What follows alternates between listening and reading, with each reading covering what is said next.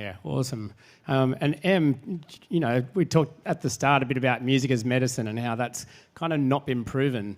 But, as someone who's come through the clinical system, like what does it take to prove music is medicine, even if we can all see it?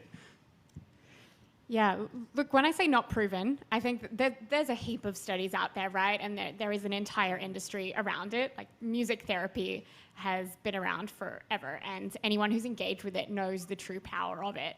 But I think there's this really interesting, issue about accessibility.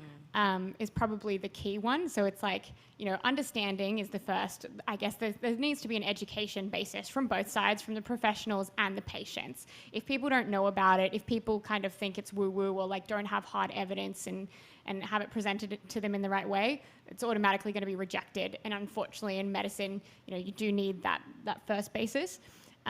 And then I guess the accessibility component comes down to resources at the end of the day and products. We have a finite amount of humans. There's a very limited amount of music therapists. And unfortunately, initiatives like this often haven't got the funding, right? So a lot of allied health really has been neglected, which means people don't engage with it, which then also means we don't get the outcomes to validate that and direct more funding towards it. So I know a lot of the bodies have sort of lobbied the government a whole heap to try and get it on the MBS and have it involved in different programs, but the funding is often just not there and short-lived.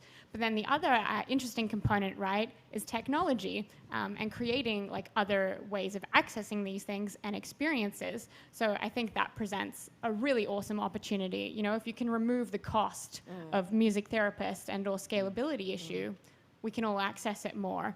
But then lastly, I suppose there is regulation. Healthcare is very serious. You've got people's lives in your hands. And also tech has progressed way more than regulation has. So regulation is playing catch up.